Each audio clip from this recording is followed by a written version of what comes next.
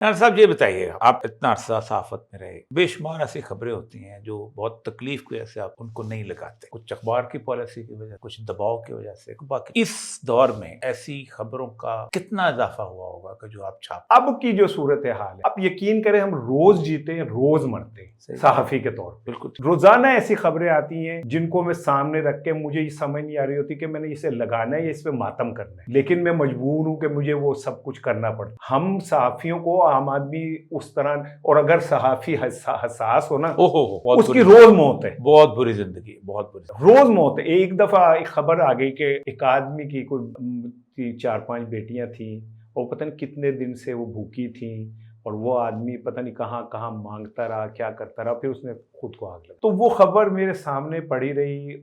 मैं खबरें का न्यूज़ एडिटर था, अखबार बनाता था, तो मुझे कितने लोगों ने कहा की होगी, तो मुझे ये समझ नहीं आ रही थी कि मैं इस खबर को करूं क्या। मुझे पढ़ता था, मेरे में हिम्मत नहीं हो रही थी कि मैं इसकी सुर्खी क्या बनाऊं, मैं इसे कैसे डिस्प्ले दूं। मुझे वो लम्हे याद आने लगते थे कि यार ये बच्चियां भूखी थी। ये एक मैं छोटी सी मिसाल दे रहा हूं, और अब तो हद ही हो गई ना। अब तो हर दूसरी खबर जो है, 1 घंटे में 2 खुदकुशियां हो रही हैं पाकिस्तान।